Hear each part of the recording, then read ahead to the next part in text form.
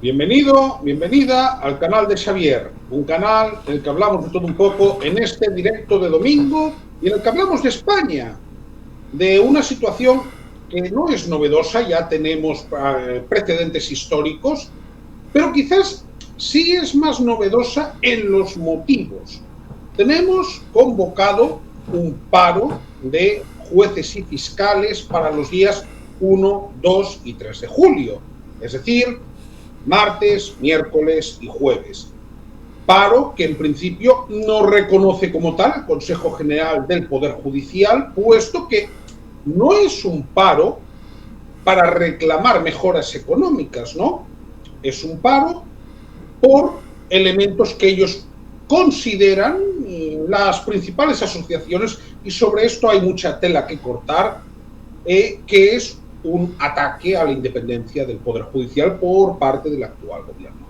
Para precisamente hablar con extensión, entender los motivos e intentar dar respuesta al título del directo, y es si la huelga judicial es justa, tenemos aquí a Juan Carlos Pérez. Muy buenas, Juan Carlos. Bo día, boas tardes, boas noites, como se diría en cierta película de final del siglo XX, y que, si quiera o no, tienen que ver con el tema judicial y los derechos individuales y también colectivos. Esa bonita película protagonizada por Jim Carrey. No sé hasta qué punto vamos a dar información o formación de por qué puede haber o no haber asunto de separación de poderes, independencia judicial, o si esto deviene, entre otras cosas, de una situación que denuncian Alberto Garín y Fernando Díaz Villanueva en un libro que leí y que es de publicación reciente, creo que sigue siendo el último que han publicado, que es contra la Revolución Francesa. Y ahí ciertamente tendríamos un armario ropero en el que creo que vamos a entrar y ver pieza a pieza, o por lo menos así me gustaría, qué es lo que es significado en el Estado español, cómo deviene de la Constitución del 78 hasta la actualidad, y por qué el debate partidista no solamente se queda en los partidos políticos, sino también permea al Consejo General del Poder Judicial, en el Tribunal Supremo, en un ente que no está en el Poder Judicial pero que influye, como es el Tribunal Constitucional, y en las asociaciones de jueces, fiscales y magistrados, que también hacen de corriente de transmisión, porque es natural que se entienda que son los jueces progresistas, los jueces conservadores, los jueces centristas, con lo cual el marchamo ideológico está como apellido de toda la organización de la que estemos hablando. Así que aquí asexuados ángeles no hay ninguno. De todas maneras es importante recordar algo, porque muchas veces la gente lo olvida. En España los jueces no tienen derecho de sindicación, ¿de acuerdo? Por ese motivo tienen derecho de asociación, y el derecho de libertad de expresión a nivel público lo tienen restringido. Ojo, es decir, por ejemplo, un juez en una manifestación, salvo que sea un tema muy general, como en contra de la violencia, un juez en ejercicio en principio no debería ser el portavoz. Es más, no sé si tú te has encontrado con esto, pero yo sí. Personas que estaban en partidos políticos como militantes y que al haber entrado en la carrera judicial han tenido que darse de baja. No sé si conocías eso. Sí, es un asunto vidrioso. Cuando fui posible candidato para un juez de paz, me advirtieron, ojo, cuidado con lo que quieres hacer, porque eso significará que te tienes que dar debajo del partido en el que estás. Pero luego claro, te encuentras con asuntos como el de Marlaska, como el asunto de Baltasar Garzón hace 30 años, cosas vidriosas que rayan el borde de lo que es aceptable, ya sea ética o legalmente.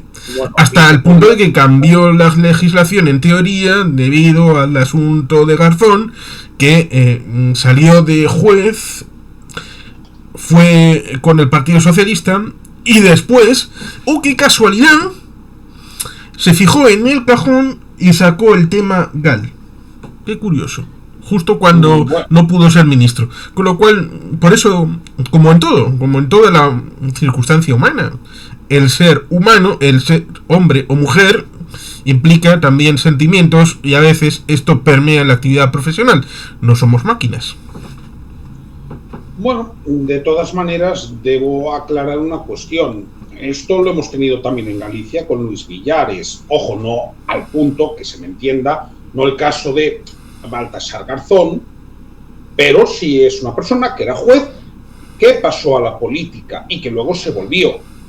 O casos como el de el antiguo consejero Mediavilla, consejero de Justicia del gobierno de Cantabria, que pudo haber tenido un puesto importante, si bien por medios propios, pero a fin de cuentas es un político en el Tribunal Superior de Justicia de Cantabria. Con lo cual, según cómo se haga el relato... Claro, entonces ahí entramos, claro, para poner contexto, en la manifestación que hubo ayer en Madrid, ¿no? Vamos a ver. El lema principal, y creo que esto es con lo que nos tenemos que quedar, porque es el leitmotiv por el que ellos defienden la huelga. Ahora entraremos en si tienen, no tienen razón, qué hay en las reformas Bolaños que puede ser aceptable, qué es criticable, ¿no? Vamos a entrar en detalle.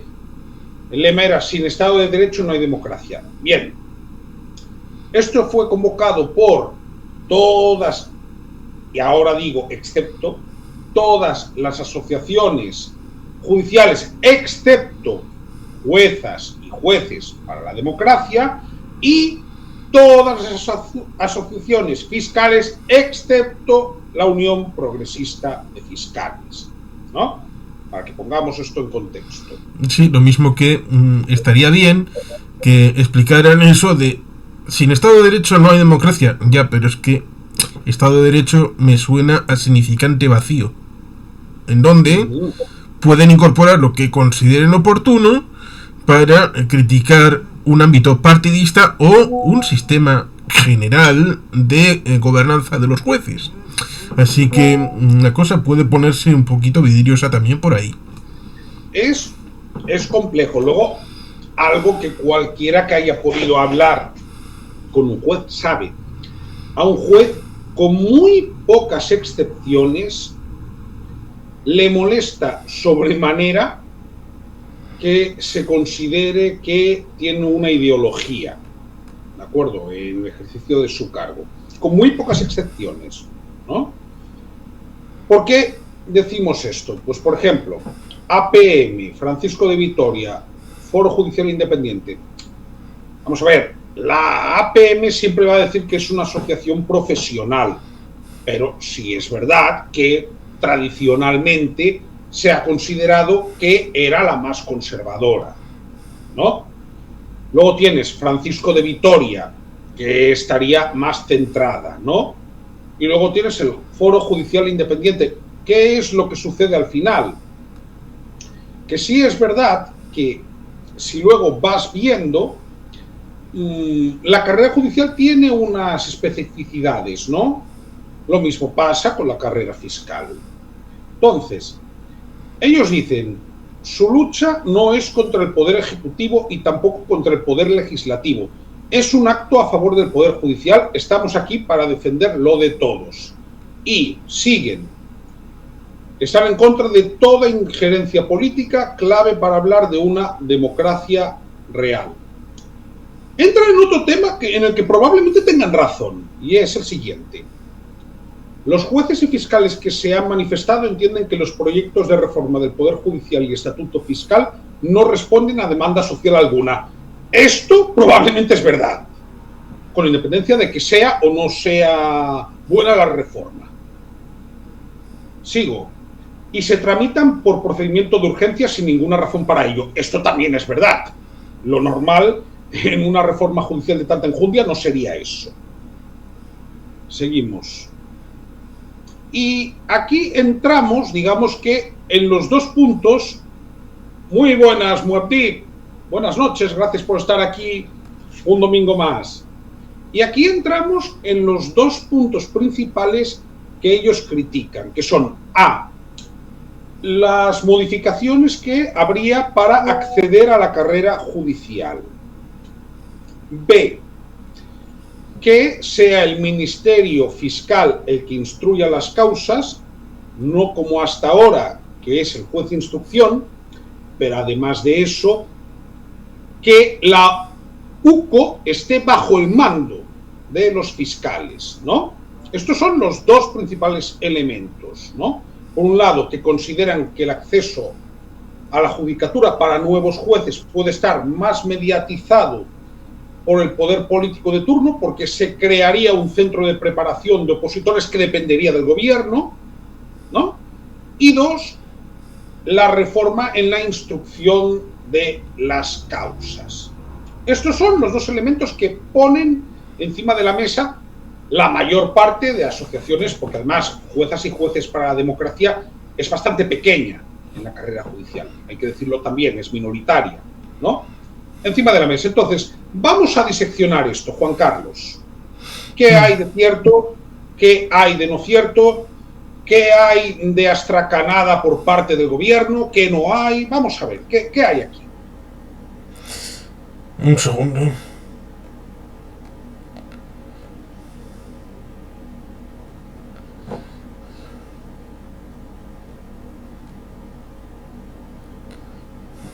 Pues ciertamente es algo pintoresco lo que se dibujan, en tanto en cuanto hablar de que no hay una demanda social. Bueno, pues hay un montón de cosas que no tenían una demanda social y se han tirado para adelante, y cosas que tenían una demanda social y no se ha hecho absolutamente nada, con lo cual este tipo de falacias y sesgos es algo que es coger el rábano por las hojas. Otra cosa es el hecho de que nos encontremos con una reforma aparentemente por Bolaños, y qué casualidad que luego aparezca algo implicando a Bolaños en un tema aparentemente judicial que en otra circunstancia no tendría ningún recorrido, como tampoco lo de Begoña, como tampoco lo del hermano, pero sí el cauce central, en donde creo que con cualquier fiscal, con cualquier abogado, con cualquier juez o magistrado que hiciera alguna investigación, creo que el caso, ¿cómo era? De lo... siempre me suena al tipo este que en Bob Esponja tiene la freiduría de las hamburguesas estas del fondo del mar. Pero bueno, el caso tiene un nombre curioso, pero es el de Caldo, el de Ábalos y el de Cerdán, que ese sí... Sí, pero creo que tiene un nombre diferente, un nombre así como en el origen. Lo puse en el vídeo, pero es que como simplemente lo copié de Wikipedia, no me lo interioricé. Con lo cual parece que en el Estado español, más allá de eso del Estado de Derecho, Estado con Derecho, que son dos elementos diferentes uno del otro, nos encontramos con la situación de la patrimonialización de todo el Estado, en fragmentación, de que estás o con los azules o con los rojos. Y cuando unos están en el poder, utilizan los resortes que tienen dentro de la policía, de la UCO, de la Guardia Civil, de todo, de la fiscalía, de los jueces, de los abogados, de los medios de comunicación, para ir a hacer la cúspide al otro lado. Por eso creo que más interesante que lo que es el hecho de la propia huelga, que puede tener elementos de fondo bien interesantes, es ¿funciona la justicia en España? Más allá de las reclamaciones que tengan este tipo de personas. Y lo digo porque, por ejemplo, se habla de politización de la justicia. Yo creo que el que esté politizada no es un agente ofensivo, porque políticos somos todos, y creo que lo somos. Otra cosa es la lucha partidista dentro del sistema institucional político, que eso sería contrario a derecho, el hecho de que el sistema judicial esté partidizado en función de los partidos políticos. Pero en Estados Unidos, por ejemplo, sabemos que las Supremas del Tribunal Supremo son elegidos directamente por el presidente de Estados Unidos y luego ratificados por el Senado. Pero una cosa... Que el Senado puede tener una mayoría distinta de la presidencial. Sí, claro, sí. Me refiero a que una cosa es la legitimidad de nombramiento y otra la legitimidad de funcionamiento. Y que una cosa es que en la Constitución se prevea, no está escrito, pero se prevea que hay Tribunal Superior de Justicia para las nacionalidades, como había un debate en Estados Unidos respecto de que para casi todos los delitos el nivel de Estado sería la culminación y que no sería necesario ni siquiera adquirir el compromiso de llegar a las supremas, es decir, que habría un tope en el que el sistema completo se encapsularía dentro del Estado federado de Estados Unidos. ¿Cómo se nombran los jueces de circuito, los fiscales de circuito en Estados Unidos? Y cómo el equivalente en el Estado español se hace en función de ¿qué? De un centralismo que culmina en el Consejo General del Poder Judicial, que está sometido a nombramiento y funcionamiento, porque la parte del nombramiento podría ser soslayable, pero de funcionamiento no, en un sentido y en otro, porque se olvida de que los jueces magistrados que están en la carrera judicial también tratan de influir en la política, no solamente de la política en el otro sentido, es un ámbito bidireccional. Así que, ciertamente, nos encontramos con una partidización de la justicia en España, de donde se nombran todo el resto del sistema judicial, y por lo tanto hay esta parte del asunto. Y además, nos encontraríamos con una situación de falta de medios, porque si bien es cierto que nos encontraríamos con la situación del tribunal... bueno, es un segundo que tendría que contestar una llamada, así que vamos con ello. Bien, a la pregunta que hacía Juan Carlos Pérez sobre si la justicia está politizada. Bien, en primer lugar yo creo que tenemos que ir a los distintos niveles en la judicatura. Hablando de la justicia, y ciertamente yo siempre digo algo, cuanto más arriba vas en la cúspide del Poder Judicial, más politizada está. Sí. Ahora bien, a nivel de jueces de instrucción, por ejemplo, raramente. No, y eso es cierto, ¿no? En el Estado español la figura del juez de instrucción, esto no quiere decir que el juez de instrucción tenga razón siempre, por supuesto, ¿no? Aunque sí actúa con unos poderes muy amplios. Sí, por lo general es muy independiente. A nivel de jueces de instrucción, ¿qué pasa? Luego ya pasamos a los tribunales superiores de justicia, al Tribunal Supremo, ¿no? Y sí es verdad que a medida que se va subiendo en la cúspide, tenemos que recordar que es que el Consejo General del Poder Judicial, sin ir más lejos, es un órgano de designación política. Constitucionalmente podría ser de designación política menos de la mitad de los miembros, podrían ser 8 de los 20. 8 tienen que ser, porque eso ya lo decía en su día la Constitución española y lo dice. Ahora bien, los otros 12... Bueno, eso fue cosa de la Ley Orgánica del Poder Judicial de Alfonso Guerra en 1985, y cuando le hablaron de que eso era, digamos, que eliminar los contrapesos de Montesquieu, ¿no? Pues el hombre dijo que Montesquieu había muerto hacía muchos años. Pero, Muabdi, ¿qué entiendes tú por carné de partido? Vamos a ver, que los jueces evidentemente tienen su enfoque, tienen su cosmovisión, eso es indudable.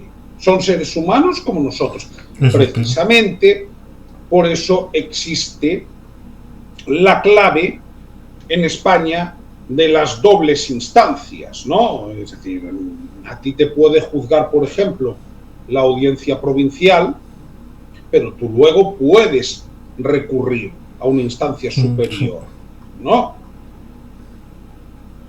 Bueno, vamos a ver, el problema está en que evidentemente, primera, el Consejo General del Poder Judicial, la mayoría de los miembros deberían ser elegidos entre los jueces. ¿Esto por qué no se hace? Aunque los jueces que están en asociaciones son minoría, esto es importante recordarlo. Sí es verdad que la mayor parte de la judicatura organizada está en asociaciones que van más o menos ideológicamente del centro a la derecha. ¿Por qué el PSOE nunca ha querido abrir ese melón?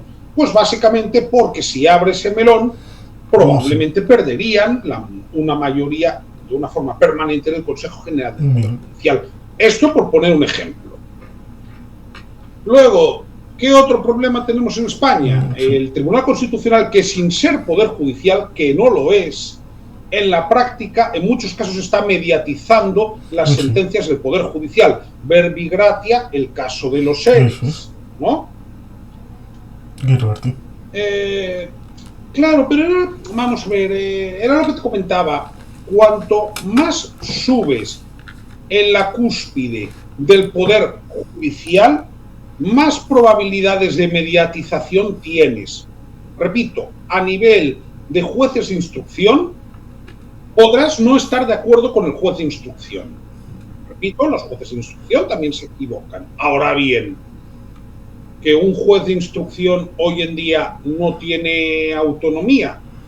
Bueno, yo creo que los jueces de instrucción sí la tienen, básicamente. Ahora bien, en cuanto tú vas subiendo a las audiencias, a los tribunales superiores de justicia, o al Consejo General del Poder Judicial, o al Tribunal Supremo, ¿no? El Consejo General del Poder Judicial, que es al final el órgano de gobierno de los jueces, evidentemente ese factor cuenta, ¿no? Es indudable que cuenta. Más bien, el problema está, no lo pueden juzgar, pero vamos a ver, estamos hablando a otros niveles, lo que tiene que hacer un juez de instrucción, sí, pero fíjate, a un aforado no, pero sí pueden, por ejemplo, abrir investigaciones que luego afecten a aforados y pedir que la instancia correspondiente haga instrucción. Esto sí lo pueden hacer los jueces de instrucción. Ojo, vamos a ver, un juez de instrucción en España tiene mucho poder, muchísimo. Precisamente ese es uno de los puntos que se quieren cambiar, y a mí, honestamente, los dos puntos de los que se ponen, para mí el más peligroso es el segundo, no es el primero. Porque lo del centro de preparación, pues habría que ver en qué condiciones se va a hacer, de qué manera. No, me parece, utilizando terminología de Juan Carlos, más vidrioso. Ahora bien, que en la actual situación, sabiendo cómo funciona, bueno, es que lo hemos oído, hostia. Cuando Sánchez dijo, ¿de quién depende la Fiscalía? Es que lo hemos oído. Ojo, yo no estoy diciendo que los fiscales no hagan bien su trabajo o como puedan. Yo no digo eso. Lo que digo es que la primera persona que se ha encargado de sembrar ese elemento ha sido el propio presidente del gobierno. Por ejemplo, ¿sabes qué es lo que sucede, Morty? En Portugal y en la mayor parte de los países europeos, quien gestiona estas investigaciones es la Fiscalía. Sí. Pero ¿qué te encuentras? Que la Procuradoría Geral da República, la Fiscalía portuguesa, nombrada por el gobierno de Antonio Costa, abrió una investigación contra el gobierno de Antonio Costa. Vamos, y llegó a abrir una contra el presidente de la República. Es decir, en Portugal no hay esa duda de que la Fiscalía no actúe de forma independiente. La reforma que se plantea, ojo, en cada país europeo funciona de forma distinta. Hay países donde sí gestiona la Fiscalía, pero luego hay un contrapeso importante de un juez de garantías, caso de Italia, por ejemplo. El problema está en el contexto que rodea a esta reforma y en la forma de hacerla también, ¿no? Esto era una respuesta que yo quería hacer a lo que me ha preguntado Moabdip. Perdona, continúa.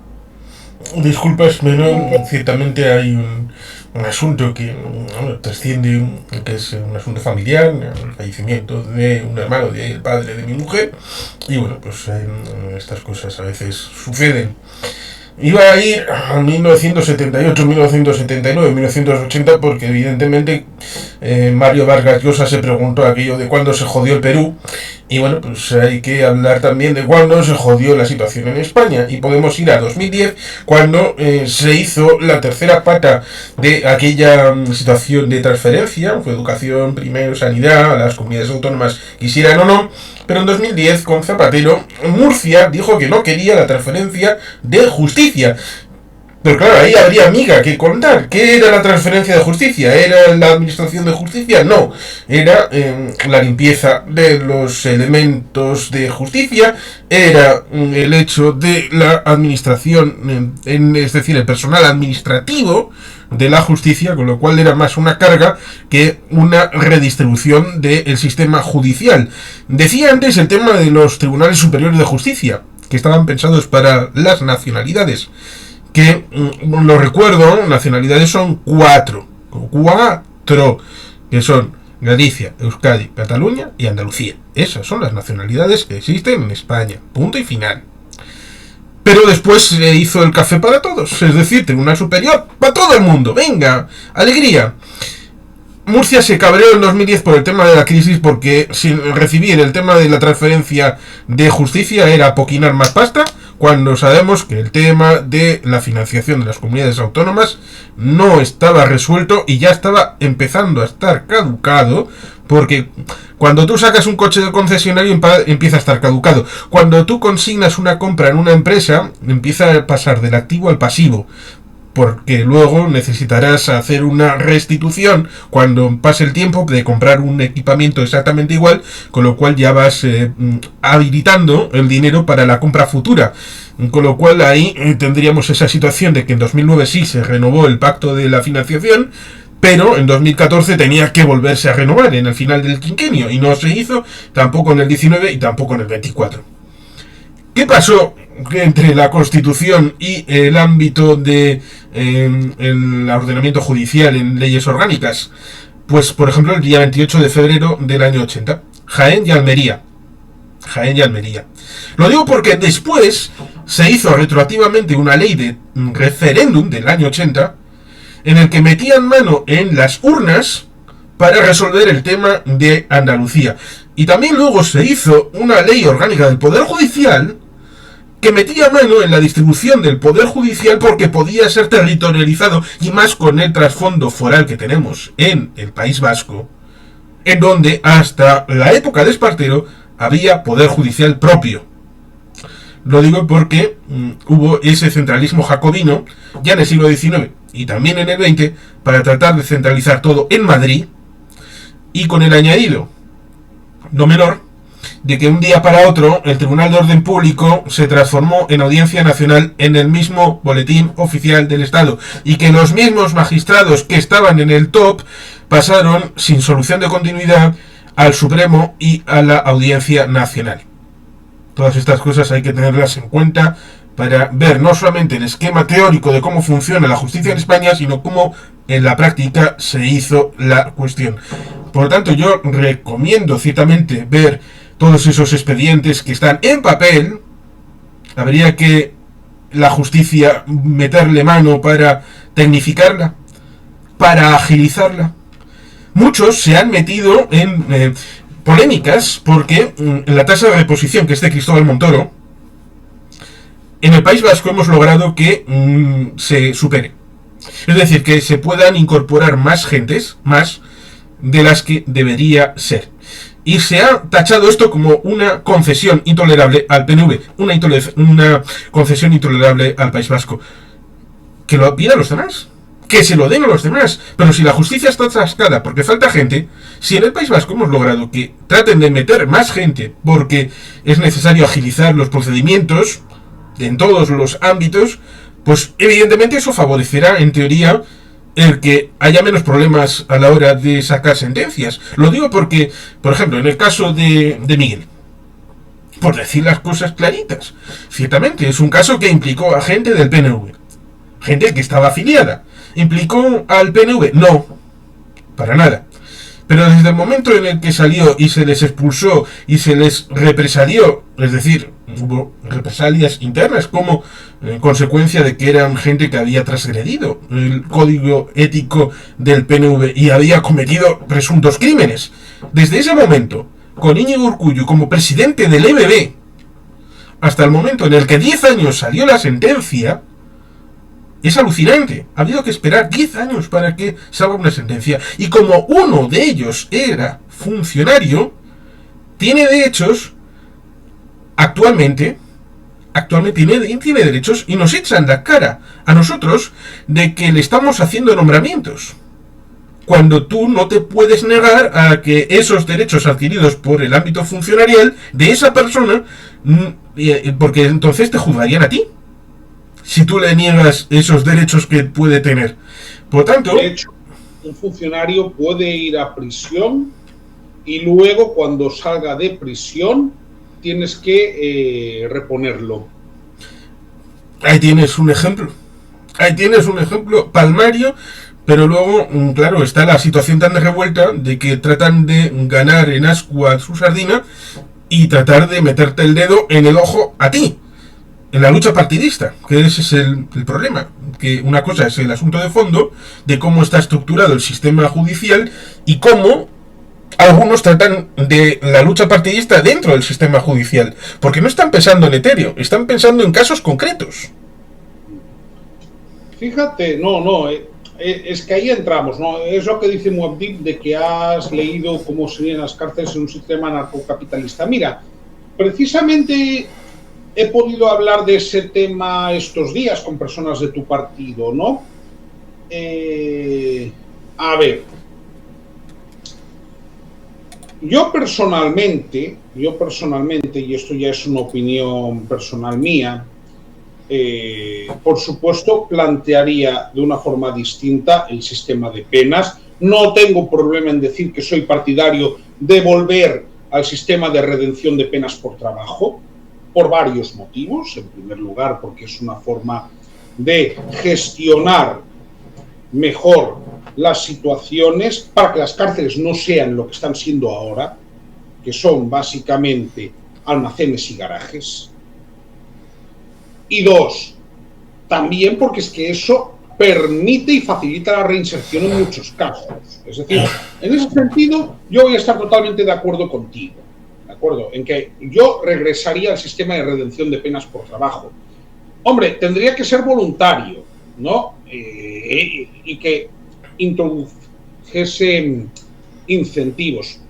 Hombre, sí, claro, volvemos a lo mismo, pero bueno, por lo que a mí me consta, el Partido Libertario lo que defiende es un Estado mínimo, ¿eh? Bueno, si hablamos de consignas, también estaría cierto Estado del siglo XX que decía no a las cárceles y por lo bajín y sí a los gulags. Sí, volvemos a lo mismo, ¿no? Pero, a ver, de todas maneras entiendo lo que quieres decir, ¿no? A ver, y que en tiempos de Sócrates no había cárceles, era algo puntual, pero es que el castigo más duro era la expulsión, es decir, el extrañamiento. Sí, bueno, el ostracismo, de hecho. Es decir, echarte y que te vayas a 1000 kilómetros por ahí, fuera de tu entorno. Y durante X años, además, eran unos cuantos años. No te quitaban el patrimonio, ¿de acuerdo? Pero durante ese tiempo no podías acercarte por el Estado.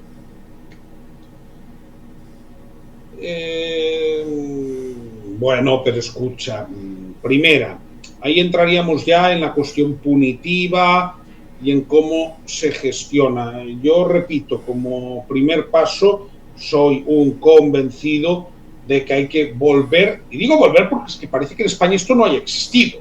No, señores, el sistema de redención de penas por trabajo ha existido, ¿de acuerdo? Otra cosa es que podamos decir en qué condiciones y durante qué régimen, ¿de acuerdo? Pero hay regímenes democráticos donde existe.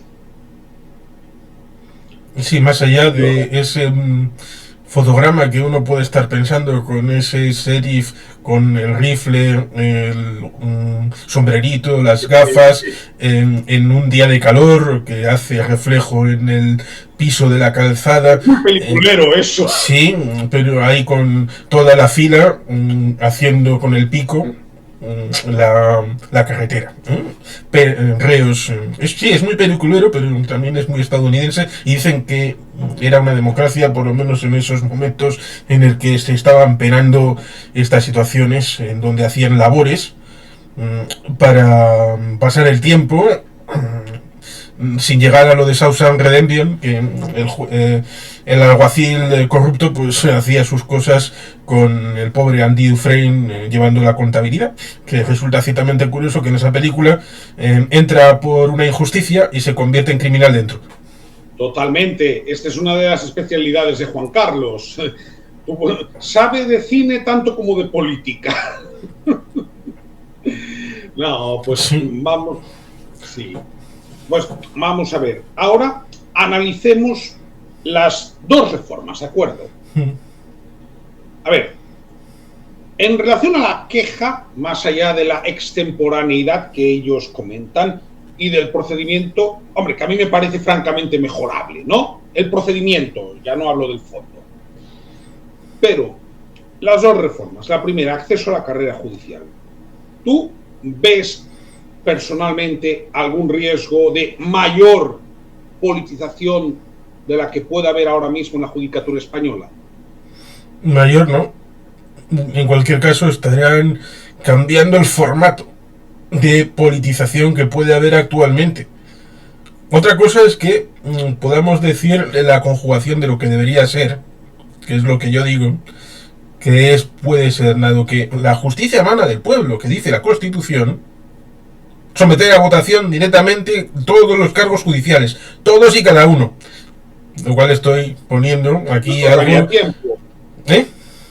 Que no nos daría tiempo, Juan. No, sería la leche, pero a fin de cuentas resultaría distinto. Pero, por otro lado, digamos que las comunidades autónomas y las nacionalidades también tendrían que tener su papel. También a la hora de seleccionar, si podemos seleccionar a los secretarios y interventores, cosa que está en duda porque nos lo han metido a juicio, pero en principio está cedido, pues ¿por qué no vamos a elegir también parte del sistema judicial, dado que supuestamente hay una transferencia hecha? Es el tema de fondo, el tema de la unicidad del Estado también en el ámbito judicial. Casi como si las comunidades autónomas hubieran sido producto de una derrota militar y un ente extranjero hubiera impuesto esta realidad de las comunidades autónomas. Pero España, en realidad, no son las comunidades autónomas, son el Estado único y para siempre. Y normalmente lo solía comentar Aitor Esteban en privado, el hecho de que una cosa era la transferencia, pero luego, cuando firmabas con el secretario de Estado o con el ministro, luego había que vérselas con la aristocracia funcionarial de Madrid, del Madrid político, que también acaba frenando un poco, con lo cual por eso a veces hay que estar no solamente en el momento de la firma, sino también en la ejecución, dale que dale. Y estas cosas también sirven para el sistema judicial a la hora de, oye, que esto debería ser imparcial, pero a veces se les olvida bastante. Por eso creo que, ¿cómo se puede uno entrar en la carrera judicial? Bueno, pues en primer término, lo mismo que no quiero que todos los referéndums culminen en el Consejo de Ministros, pues ¿por qué tendrían que pasar todos por el Consejo del Poder Judicial? ¿Por qué? ¿Porque es el epicentro en Madrid? ¿Porque España es una y eterna? ¿O debería de haber una colusión en la que también en ese caso la fragmentación del poder, también en el poder judicial, la atomización del poder, signifique que nadie tenga posibilidad de imponerse sobre otro a la hora de tomar decisiones? Es cierto que la descentralización, en este sentido, daría más posibilidades de independencia. No obstante, y más allá del tema de que habría, ¿por qué no?, pero habría que reformar algunos aspectos constitucionales, se puede hacer, no estoy diciendo que no se pueda. Yo creo que hay margen de mejora dentro de la Constitución sin cambiarla un término, pero con una interpretación diferente, cosa que se puede llegar a hacer, porque en buena medida tanto el PP como el PSOE, pero también otros partidos que han ido circulando y algunos han desaparecido, utilizaron la Constitución como un ladrillo, como las tablas de la ley que debían de ser interpretadas como a ellos les salían del nardo. Y eso no puede ser. Sí, pero hay un tema. Mira. En la Constitución puede haber poder judicial descentralizado. Es la ley orgánica del Poder Judicial la que cambia el asunto. Sí, que luego venga alguna sentencia del Tribunal Constitucional a ratificar lo que venga dentro del Tribunal en el ámbito de la ley orgánica del Poder Judicial es algo que puede revertir otra sentencia diferente del propio Tribunal Constitucional. Con lo cual, la Constitución, dado que también habría que decir eso de que en otros países se cambia cada cierto tiempo con algún tipo de enmienda, pero en España no es posible. No, sí que se puede cambiar, claro que se puede. Y el del Poder Judicial no es uno de los títulos malditos que necesite mucho tal, ¿eh? Pero se puede también hacer una lectura flexible. Sí, pero aunque hagas una lectura flexible, que se podría interpretar, pero ¿sabes qué pasa, Juan Carlos? Eso es ya esperar buena fe de los poderes del Estado. Yo es que en estas cosas soy escéptico, Juan Carlos, en mi vida, pero a los hechos me remito, ¿eh? No estoy diciendo que no fuera posible técnicamente, pero, mira, artículo 122. Sí, tú me has dicho el punto 1, que es como tú has comentado, que depende de la ley orgánica del Poder Judicial. Pero es que el punto 2 te dice, el Consejo General del Poder Judicial es el órgano de gobierno del mismo. Pero nos vamos al artículo 123. El Tribunal Supremo, con jurisdicción en toda España, es el órgano jurisdiccional superior en todos los órdenes, salvo lo dispuesto en materia de garantías constitucionales, que para eso hay un título específico del Tribunal Constitucional. ¿Que puedes hacer interpretaciones más abiertas? Sí, pero las tendrás que hacer en leyes orgánicas. Mira, esto es lo mismo para que nos entendamos que un 155. ¿Por qué se puede aplicar un 155? Pues porque un estatuto es una ley orgánica. Un estatuto de autonomía es una ley orgánica, no es más. Sí, ya. Ni menos. Y porque nadie les iba a llevar la contraria por hacer una interpretación que no está desarrollada en ley orgánica, en el artículo 155, y que fue rechazada tanto en comisión como en el plenario respecto de lo que propuso la Alianza Popular de Fraga, y que remitía ciertamente a un control sobre las instituciones en caso de desviarse, cosa que no se hizo en Cataluña, sino que se hizo otra cosa diferente, pero con la garantía de que luego el Tribunal Constitucional diría, eso que hicieron está más o menos bien, pero no lo vuelven a repetir.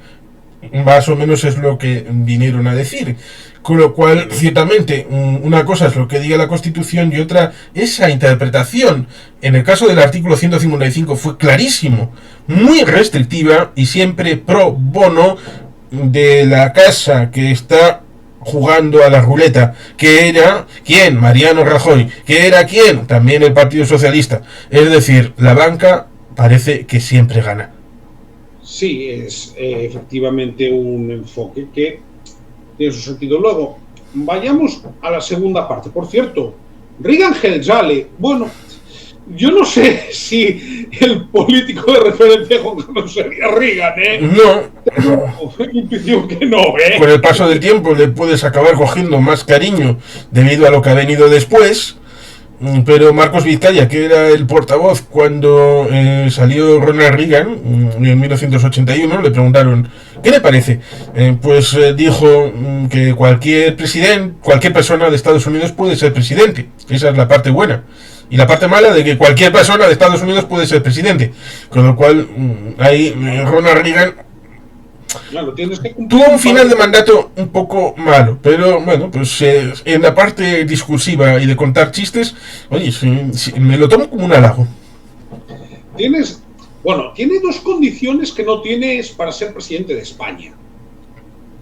Primera, cualquier español mayor de edad puede ser presidente de España. No hay ninguna limitación de edad. Estados Unidos tienes que tener, creo que como mínimo 35 años. 2.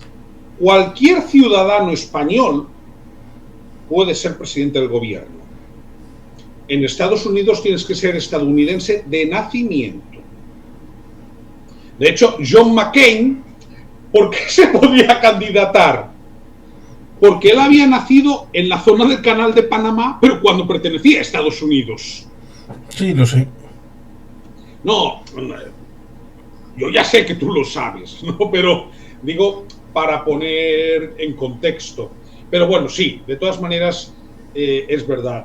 A ver, comenta Muad'Dib, obviamente con la ley Bolaños se borra la tenue línea de la separación de poderes. Mira, yo ahora voy a la segunda reforma, que repito, a mí me preocupa bastante más que la primera, ¿no?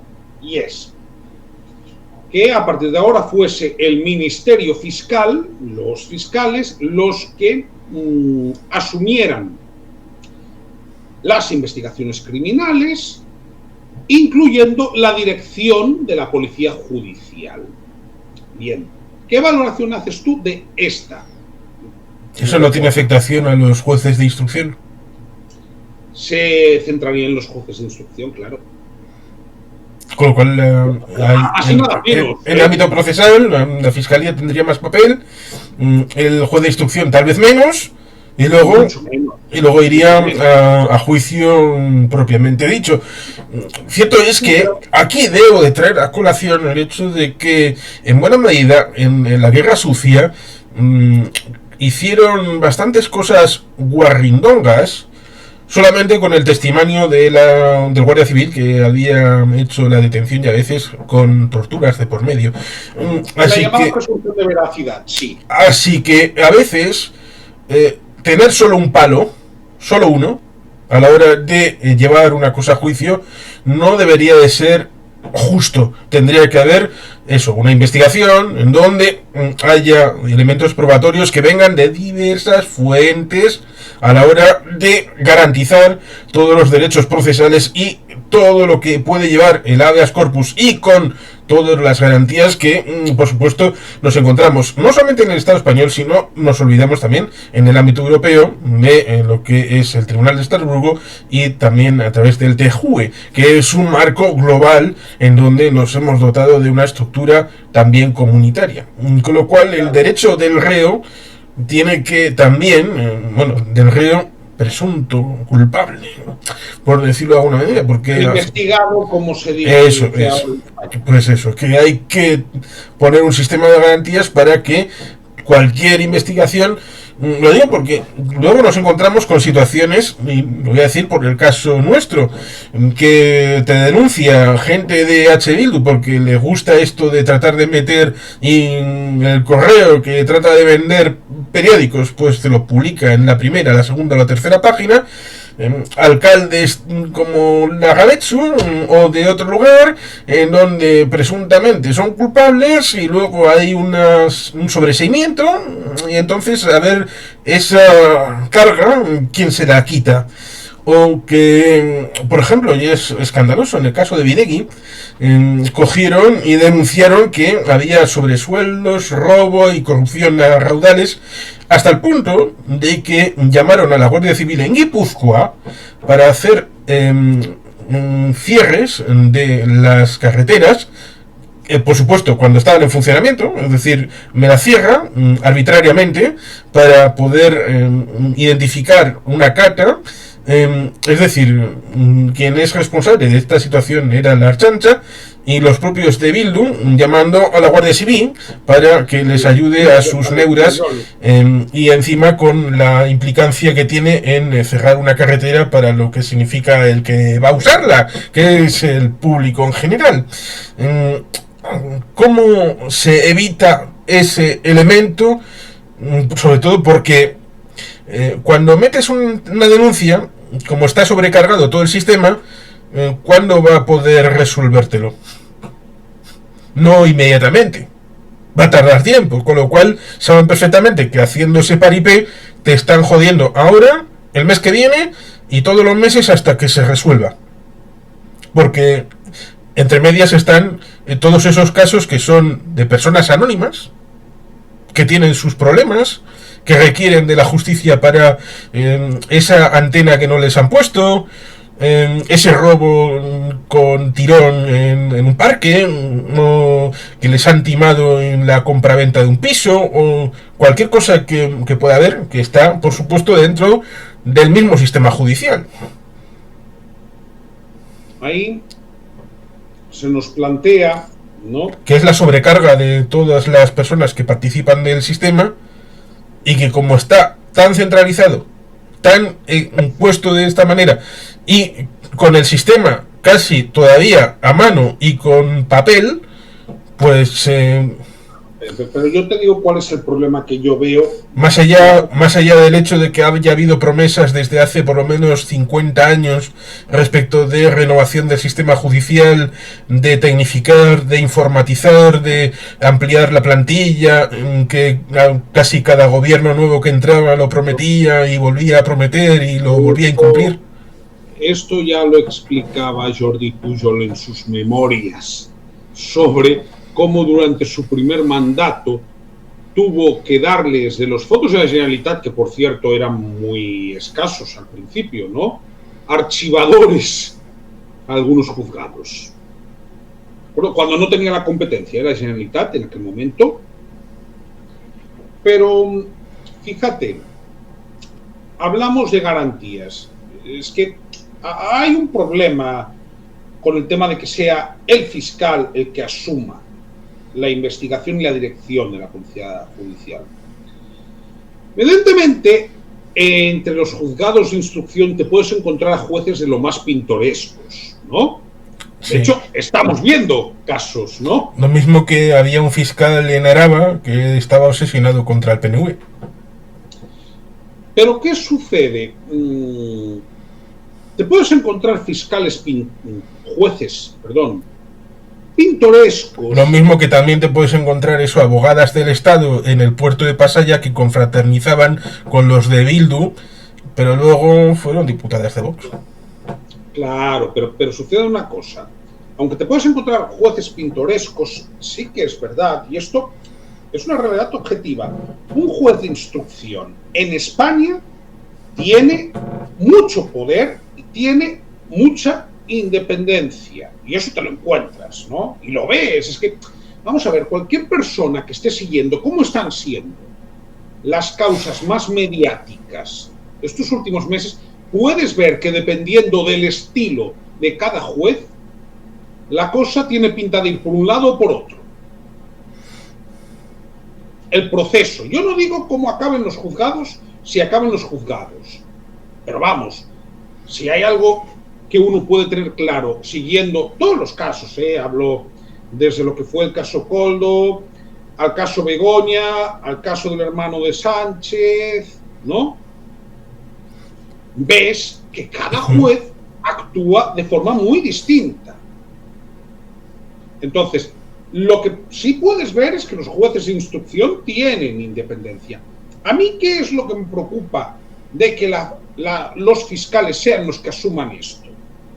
Vamos a ver, la Fiscalía, eso no es un órgano jerárquico y vertical en España. Tanto como el otro. No, espera, un juez de instrucción tiene una autonomía muy poderosa. Muy poderosa. Los fiscales la tienen, pero vamos a ver, si es que hemos tenido casos de cómo se ha hablado de que había interferencias en la Fiscalía General. Esto lo hemos visto. ¿Tú recuerdas que en el grupo F98 se ha apelado a la Sala Segunda como garantía hace no muchos días / semanas, porque no recuerdo, pero lo dijo un muchacho? Y recuerdas que cierto portavoz de cierto partido en el Senado dijo que nosotros vamos a controlar la Sala Segunda por detrás. ¡Ah, hombre! Claro que me acuerdo. Pero hablamos de las salas. Vamos subiendo, que eso es lo que he dicho al principio de este directo. Cuanto más subes, más mediatizado está. Si no, estoy de acuerdo. Pero un juez de instrucción de un pueblo o de una pequeña ciudad realmente tiene autonomía.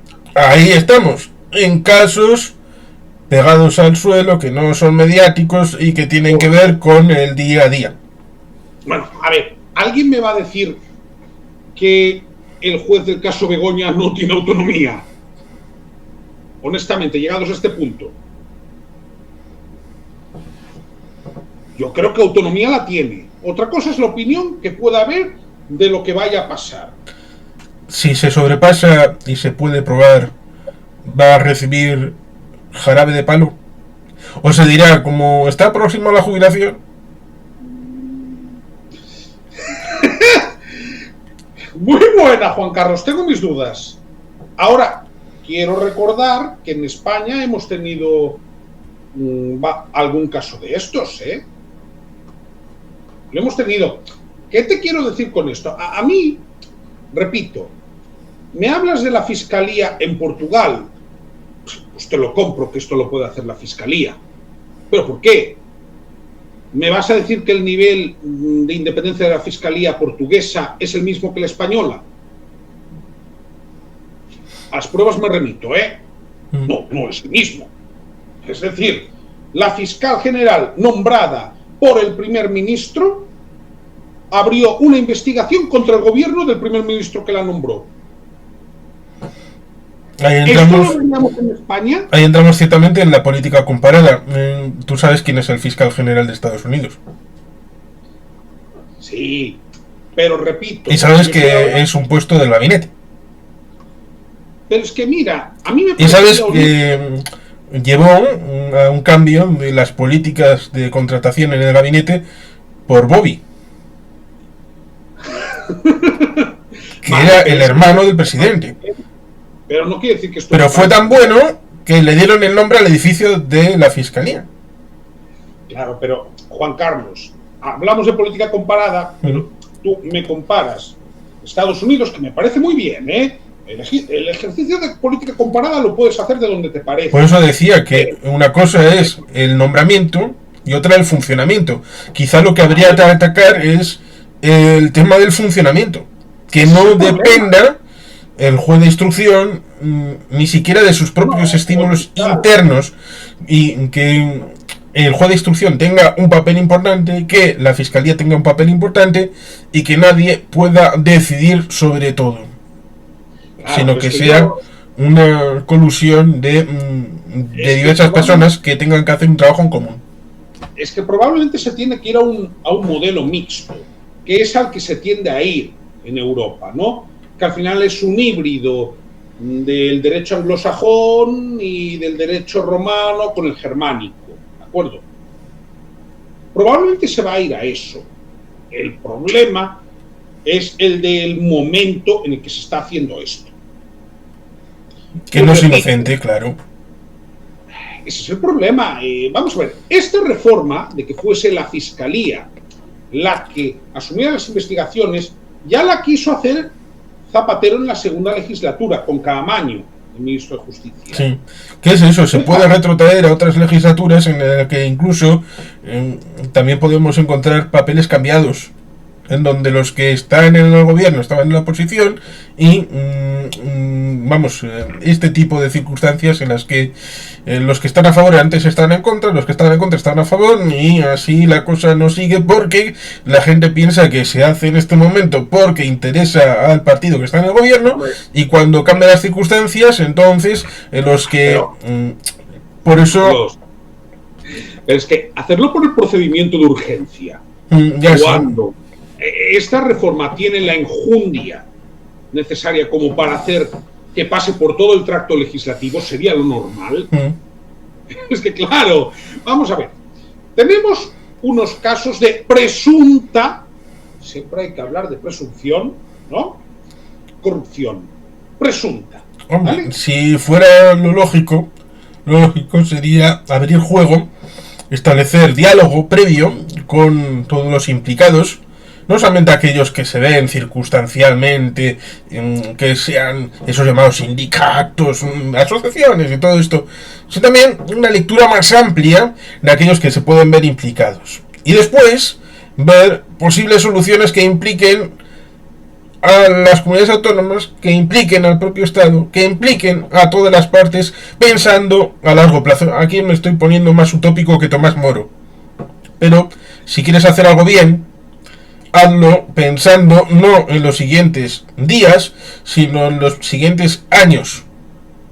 Que no venga el siguiente y tenga que cambiarlo porque no le gusta, o si le gusta es porque va a reinterpretarlo de manera partidista pero en su favor. Ese sería una clave. Repito, el tema está en que le entre esta prisa súbita al gobierno en este momento. Muchas veces me planteo es que lo están haciendo adrede. Sí, porque tú lo has dicho alguna que otra vez. El PP puede, en algunos casos, no digo en este, pero puede tener la tentación de decir públicamente no me gusta, pero por lo bajini decir cojonudo, nos están abriendo la puerta para hacer lo que nos dé la gana cuando entremos en el poder. Lo he dicho muchas veces. En el caso del Poder Judicial, creo personalmente que el Partido Popular se encontraría con un problema, ¿no? Que no se encontraría el Partido Socialista. Es el siguiente. A ver, los jueces organizados profesionalmente son mayoritariamente de asociaciones que puedes colocar en el espectro del centro y la derecha. Repito, aunque a ellos no les guste nada que se diga esto, ¿no? Mientras que para el PSOE hacer esto no tiene un gran coste, en tanto en cuanto las organizaciones que hay son claramente minoritarias de su espectro, ¿no? Con eso sí que se encontraría, y estoy de acuerdo, el Partido Popular, pero bueno, una vez que está ahí, pues pueden decir, pues vamos a ver cómo lo cambiamos, vamos a ver con quién hablamos.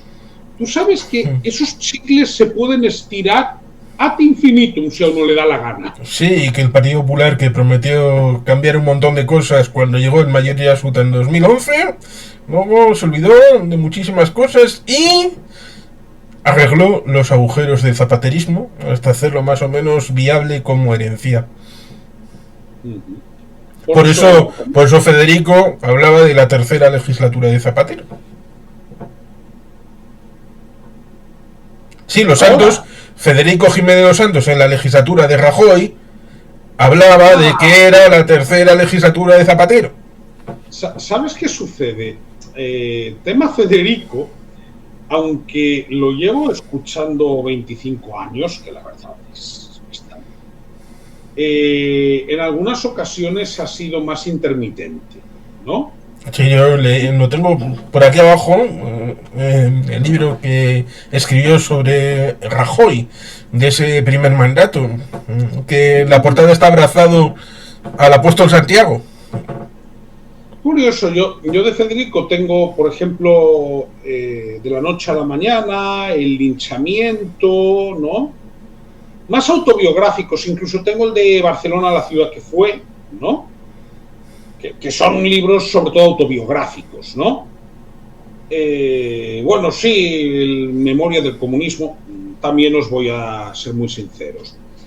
Si buscáis un libro divulgativo contra el comunismo, digo divulgativo, luego cuestiones científicas y sesudas vais a encontrar 50.000, porque el comunismo ya está refutado desde el siglo XIX. Pero si buscáis un libro divulgativo contra el comunismo, que a mí me parece muy interesante porque además hace un ejercicio de historia comparada, pues os diría, compraos el primer volumen, el segundo y el tercero son prescindibles, de Los enemigos del comercio de Antonio Escota, ¿no? Eso os va a valer para impugnar el comunismo para siempre. Pero el primero, el segundo y el tercero... Sí, es interesante la referencia al comunismo porque don Silvio, como le metía en temas judiciales, decía, es que el sistema judicial italiano está dominado por el comunismo. A ver, hago la referencia porque Federico habla mucho del comunismo. Bastante, ¿eh? Y hago también la referencia porque, mirad, cuando un gobierno intenta meter la zarpa en el Poder Judicial, ojo, aquí se está hablando de la reforma Bolaños, pero yo quiero recordar que lo primero que ha hecho el Partido Popular cuando ha llegado al poder en España es cesar al fiscal general del Estado que había en el momento y poner a uno de los suyos. Siempre. Sí. Y cuando pasa algo raro, pues lo cambian sin explicar mucho. Lo digo porque ¿alguien sabe por qué realmente quitaron al fiscal Torres Dulce?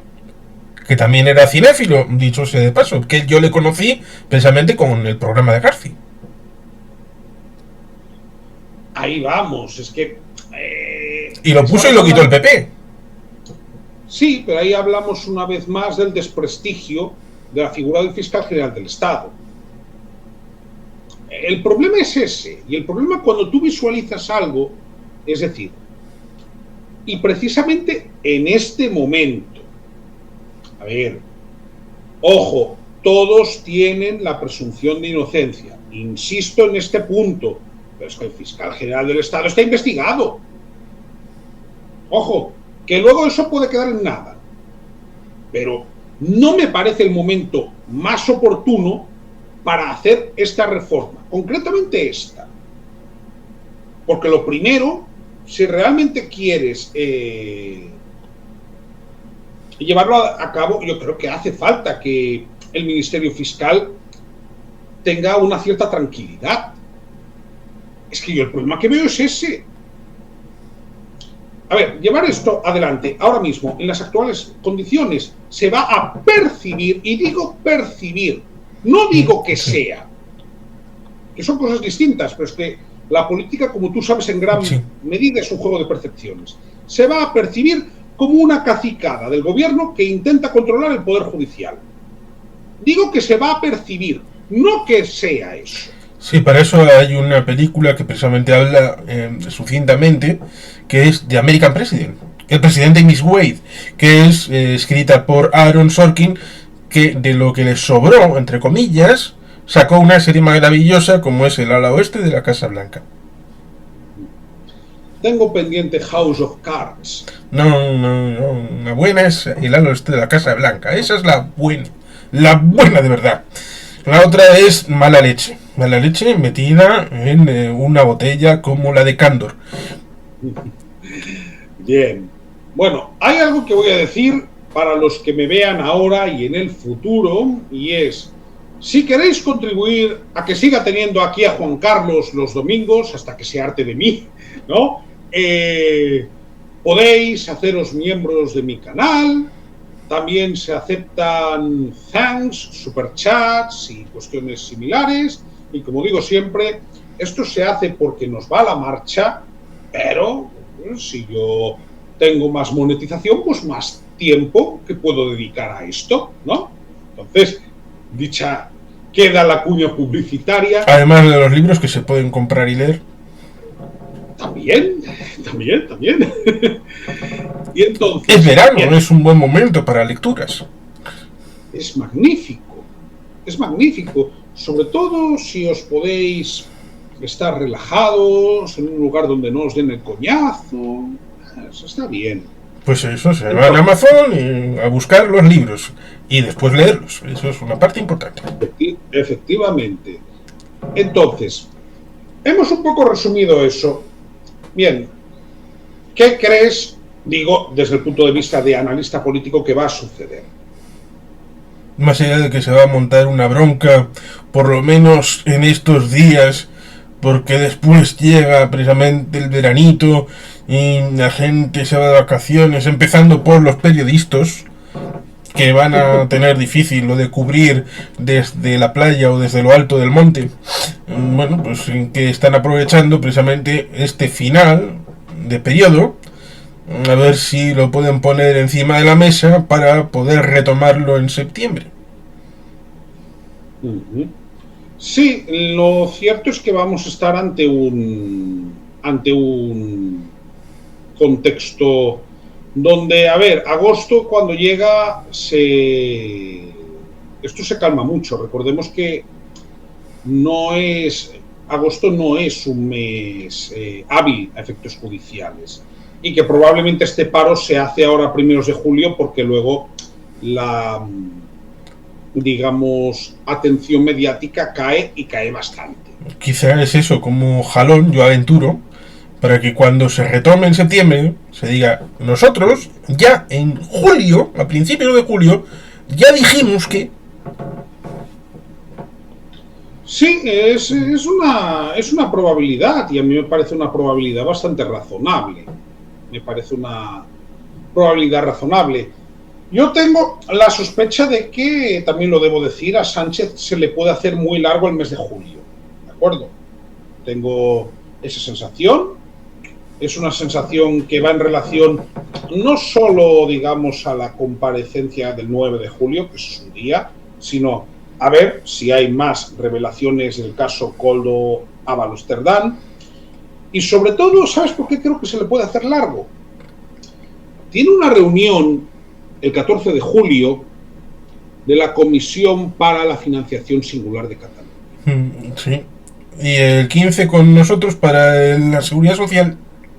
Sí, pero mira, así como lo vuestro creo que no va a hacer mucho ruido. Es probable. Es probable que vaya debajo del radar hasta la fase final, cuando ya el paquete completo haya que entregarlo, pero en principio sí.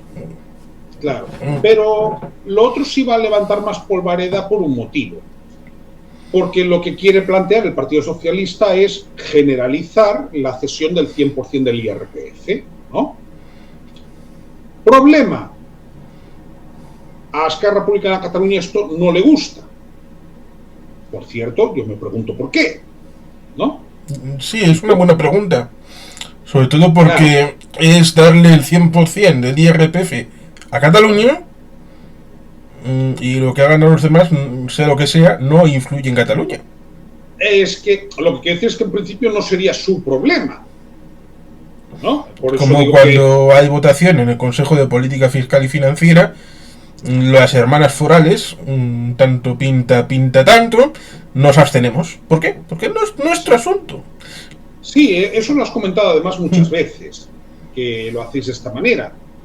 Pero es que tiene su sentido, ¿no? En tanto en cuanto, como no es vuestro sistema, ya está. Vosotros tenéis lo vuestro. Entonces, bien, sobre esto haré vídeos. Creo que hemos hecho... Esto se ha acercado más quizás al modelo de conversatorio que tú haces en tu canal, pero bueno, me ha parecido muy interesante porque se han tocado temas de importancia. Sí, de momento Julio tiene esta situación, Pedro Sánchez, que hasta el día 9, que es cuando decía, es cuando puedo ir, porque tengo una agenda internacional muy plegada de nombres y de lugares y de todo esto. Creo que tiene esto de Sevilla. Bueno, internacionales porque hay agentes internacionales, pero creo que de momento Sevilla no se ha independizado, con lo cual no es en el extranjero. Pero bueno, ahí tiene su actividad. No sé si luego hay más saraos en donde tenga que estar para haber retrasado al 14 del 15 las reuniones con los catalanes y con nosotros. Y bueno, pues luego no sé qué más tiene, pero como tú has dicho alguna que otra vez, tiene que pensar fundamentalmente en hacer los presupuestos, porque parece, oh sorpresa, que Marizú va a salir del gobierno cuando esté cerca el tema de las elecciones andaluzas, que es el año que viene. Corrígeme si me equivoco, en 2026 van a ser las andaluzas. Tranquilo, Muad'Dib. Oye, se te agradece el apoyo. Eso, turno de noche como en el juzgado de guardia. Ay, qué buena serie era aquella, con aquellas 3 temporadas iniciales. Con Bull y con aquel, bueno, Yola Roquette, ahí de capullo abogado, ahí metiendo mano, y el juez, ese juez tan joven, pero bueno, ciertamente no sé qué más saraos tiene Pedro Sánchez, más allá de esa cosa que tú decías de que tiene que preparar el presupuesto. Y Marizú, como las elecciones andaluzas son el año que viene, pues su paso por el gobierno español parece que está tasado y está en cuenta regresiva. Así que hay que... Quiere ir a darse la hostia con Moreno Bonilla antes de tiempo. Eso ha declarado que quiere irse del gobierno cuando estén cerca las elecciones, supongo que cuando estén medio convocadas o se hable de ello. Pero Moreno Bonilla puede convocarlas, excepto en julio y en agosto, que curiosamente el Estatuto de Autonomía de Andalucía prohíbe convocarlas para esos meses. No, digo, cosa que no pasa con la Constitución española, ¿no? Pero en Andalucía no pueden ser en julio ni en agosto. Pues eso, tienen que preparar el presupuesto de 2026 y si pudiera, la financiación de las comunidades de régimen común, que es algo también muy necesario, con lo cual le iba a faltar tiempo y seguramente iba, en caso de hacer lo que tiene que hacer, dormiría menos que tú, Muad'Dib. Tendría que dormir mucho menos. Sí, lo que pasa es que yo sé que eres una persona optimista en esto, Juan Carlos, pero a mí me cuesta ser optimista cuando estamos hablando de Marisú. Es decir, vamos a ver, yo, salvo que el PSOE no haga ¿ves? Y eso es lo que dice Muad'Dib, de turno de noche, mira, salvo que Pedro Sánchez, en vez de irse a Lanzarote, que al parecer le gusta, ¿no?, irse a la Mareta todos los años, se dedique, por cierto, cosa que hacía Adolfo Suárez,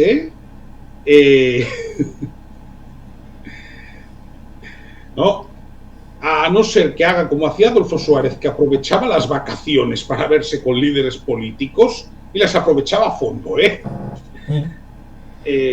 y a pactar unos presupuestos.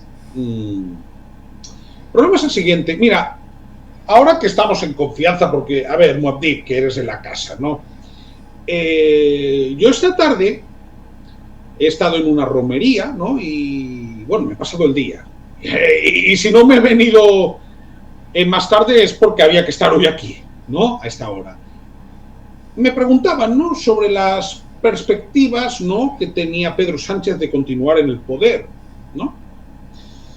Yo les dije, el verano lo va a aguantar. Es decir, estamos a 29 de junio. Julio y agosto lo aguanta porque les expliqué, es que judicialmente agosto no es hábil. Sí creo que se le puede hacer largo julio. Sobre todo por una razón. Para mí lo más grave no va a ser lo del día de la comparecencia, Eso es lo de menos. Lo grave puede ser lo que salga, que eso sí que puede ser un cisne negro, de Koldo a Amsterdam, si sale algo nuevo. Esto no lo sabemos. Sí, porque en lo de la comparecencia apelo al doctor Lamata, que esto lo ha dicho más de una vez, que cuando hay comparecencias en el Congreso y también en el Senado, ve que en los grupos parlamentarios hay morralla hasta que llegan los vascos. Y a él le gusta mucho el modo de preguntar, tanto del PNV como de Bildu. Sí, pero quiero decir, lo que tú vas a tener ese día, hablando claro, va a ser un circo en el cual se escenificará, pero no se va a llegar al fondo de la cuestión. Como mucho lo que puede pasar es que ahora creo que es portavoz mujer, ¿verdad?, de la del PNV. Maribel Vaquero, de Guipúzcoa, sí. Correcto. Pero sigue estando ahí en el grupo Joseba Aguirrechea, Miquel de Garda, con lo cual el equipo sigue estando equilibrado y muy profesional. No, pero ¿sabes por qué te lo decía? No, vamos a ver. Idoia Sagastizabal, en el tema económico. No lo decía por eso, lo decía porque la postura del PNV puede ser, que probablemente sea de las que más nos van a interesar, decir, explicaciones cuantas más mejor. Que es, por cierto, la línea que lleva el PNV con estos temas desde hace más de un año, Sí. Yo quiero coherencia, lógica y seguir por el mismo camino. Quiero recordar... No dar bandazos ni sorpresas. Claro, yo quiero recordar que Aitor Esteban le dijo a Pedro Sánchez, ya hace más de un año, en referencia al tema de su esposa, ¿no? Dijo, hay cosas que pueden ser legales, pero que no se deben hacer. Y yo esto lo he comentado alguna vez en cierto grupo común que tenemos, así que a Muad'Dib no le va a extrañar lo que voy a decir, y a Juan Carlos menos. Para mí, el problema, por ejemplo, en el caso Begoña, voy a ser muy honesto, es que para mí el caso Begoña es un caso paradigmático de prácticas sobre las que hay que legislar. Esto lo comentó la señora esposa española de Nick Clegg, que fue el viceprimer ministro. Pero es que allí le hicieron está una entrevista cuando su marido llegó a ser viceprimer ministro y le pusieron claro, de aquí para allá, sí, de aquí para aquí, no. efectivamente, que es de hecho hija de un dirigente histórico del Partido Popular de Valladolid. Es eso, Claro, le hicieron la disección de a ver qué actividades tiene. Pues estas puede seguirlas y estas usted no puede llevarlas como las está haciendo. claro. Yo voy a ese tema de que para mí el caso Begoña es un caso paradigmático de aquello que está por legislar. Ojo, esto no significa que a mí me parezcan bien determinadas prácticas del máster, ¿de acuerdo? O de la cátedra que formó. Personalmente hay prácticas que no considero correctas, pero una cosa es que yo no las considere correctas y otra que sean ilegales. No son ilegales según el entendimiento que tengo yo llegados a este punto. ¿Qué es lo que pasa? ¿Qué es lo que pasa? A ver, tampoco nos chupamos el dedo, ¿no? Empresas que han financiado la cátedra, ¿no? Hombre, cabe pensar que el hecho de que quien dirigía esa cátedra fuese la cónyuge del presidente del gobierno no fuese un elemento neutro, ¿de acuerdo? Cabe pensar eso, es que estamos en el terreno de los grises, ¿no? Esto no es ilegal hoy en día, hay que dejarlo muy claro, ¿de acuerdo? A mí personalmente, diga lo que diga el instructor, ¿de acuerdo? Diga lo que diga el instructor. Yo tengo mi criterio. Creo, honestamente, que es un caso que se tiene que legislar y sí que nos tendría que servir como ejemplo para legislar sobre incompatibilidades, ¿no? Pero está ahí el problema, que si se legisla ahora, se diría, ¿ves? Lo están haciendo porque quieren salvar el culito de Begoña. Y si lo hace Feijóo, imagínate que entra Feijóo y gobierna. Una revancha, sí. Eso, si se pone a legislarlo, entonces dirán, quieren hacerlo para jodernos a nosotros, porque que retroactivamente quieren. Con lo cual pareciera que el momento es nunca. Claro, pero, hombre, yo sí tengo la opinión de que esto más tarde o más temprano se le tiene que dar algún tipo de respuesta. ¡Ay! Y lo de los asesores, lo de los asesores. Bueno, es muy fascinante. Oye, y esto te lo digo en calidad. A ver, yo he hecho asesoramiento en alguna ocasión. Hombre, yo conozco a alguien que está ahí en Moncloa. A ver, es como todo. Volvemos a lo mismo. Si es que en el caso Begoña hay más problema por el hecho de que una asesora de Moncloa pudiera hacer funciones que no le correspondían. De esos presuntos 1.500 asesores, los 1.500 hacen funciones que les corresponden en caso de tenerlas designadas, o se les podría sacar las cosquillas y encontrar que unos cuantos, por no decir cuántos, hacen cosas como las que se atribuyen a esa persona que estaba al servicio de Begoña. Porque si nos ponemos tiquismiquis, pues podemos empezar a sacar el listado de asesores en Rajoy, en Zapatero, y en Aznar, y sacar todo. Venga, vamos a abrir ventanas y que corra el aire. Y bueno, pues esto parecería el distrito 9 de Nick Blockman. ¿Sabes cuál es? La Maldives, ¿te acuerdas? Ahí la Sudáfrica invadida por extraterrestres, pero que en realidad esa película no va de extraterrestres. A ver, seamos claros, no acabaríamos nunca. No acabaríamos nunca. ¿Y qué es eso? Que para ciertas cosas que cuando el momento llega y debe de hacerse, pues te van a sacar cantares diciendo que no es el momento. Por esto, por aquello, por otro, y al final la casa sin barrer. No, totalmente. A ver, en cualquier caso, tema Moncloa. Mira, recuerdo que cuando empezó la crisis hubo un cierto debate social sobre los liberados sindicales, ¿no? Y fue interesante porque ese debate sí que llegó que no suelen llegar estos debates, pero sí que llegó dentro de los sindicatos a nivel interno. Y recuerdo que dentro de los sindicatos había debate sobre si eran necesarios tantos liberados, ¿no?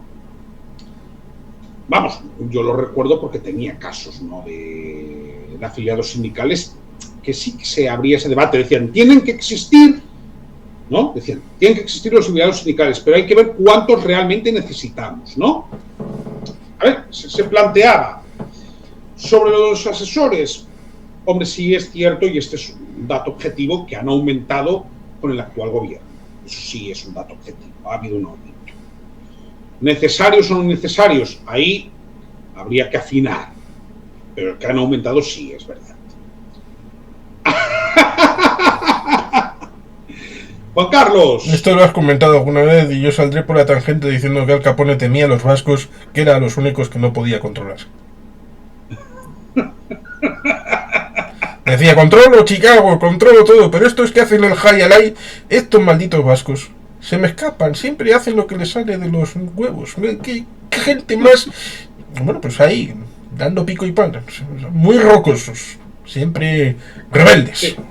Sí, no, el pueblo vasco eso siempre lo ha sido. Pues un poco, creo que tenemos aquí un buen resumen. Al final nos ha salido, creo que un directo resultón. Sí. Lo iremos viendo. Sí, que habrá que ir viendo cómo va la circunstancia. Que hay tareas objetivas de fondo para el tema de la reforma del Poder Judicial. Sí. Que cómo se enfoque y el momento en el que se hace y que parezca que es interesado, pues ciertamente envenena todo esto. Lo haga Bolaños o lo haga el Sun Sun Corda. Sí, y bueno, tendremos que esperar que a esto se le pueda dar algún tipo de solución inteligente y sobre todo, obviamente, para buscar el bien. Porque por mucha urgencia que le puedan meter, luego se la va a quitar el Senado. Bueno, pero mira, en ese caso sí que me parece bien que haya un contrapoder, que se lo tomen con calma, hombre. Sí, pero me refiero a que el mismo partidismo para poner urgencia, luego el Senado, arbitrariamente, tenga razón o no, le va a quitar la urgencia. No va... Sí. De entrada luego lo va a vestir. Pero de entrada va a decir que no, urgencia no. Bueno, pero tú también sabes que este es un sistema bicameral imperfecto, no estamos en una república americana. Sí, pero yo me voy al hecho de que el juego de espejos operará en ese ámbito, que la gente mirará que el PSOE trata de llevar el asunto a urgencia y que es malo por eso, pero la gente no debe olvidar de que el PP va a quitar la urgencia porque le viene mejor hacerlo así y no porque piense que estas reformas hay que llevarlas sosegadamente. Sí, eso es objetivamente cierto. Eso es objetivamente cierto. Pues bien, lo vamos entonces a dejar aquí. Muchas gracias, Juan Carlos, por tu tiempo. Sí, un placer. Muchas gracias, Muad'Dib, por estar ahí. Como siempre, se agradece mucho. Uno no se siente solo, ¿no? Lo cual es de agradecer y hace que estos directos sean más interactivos. Ya avanzo que dos anuncios para quienes me estén viendo. El primero, que el domingo de la semana que viene tenemos directo venezolano. Directo venezolano por varios motivos, no solo la actualidad política, sino que hay que hablar también de lo que ha sucedido estos días a nivel natural, ¿no? De lluvias torrenciales. Queremos hablar también de esa cuestión. Sí, del uranio. Correcto, sí, también. De eso también vamos a hablar, por supuesto. Y en segundo lugar, esto para los que estáis en el canal de Xavier, como miembros de pago, martes, día 8, a las 7, hago mi segunda masterclass, ¿no? Cómo empezar de cero siendo candidato independiente. Lo que voy a hacer es poner un caso práctico de un candidato que empezó de cero, eso de pico y pala.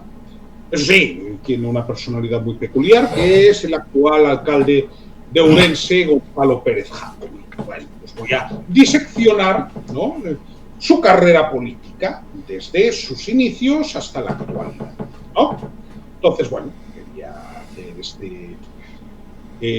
estos dos anuncios y nada, si os ha gustado este vídeo, pues ya sabéis, comentad, compartid, dadle a me gusta o suscribíos.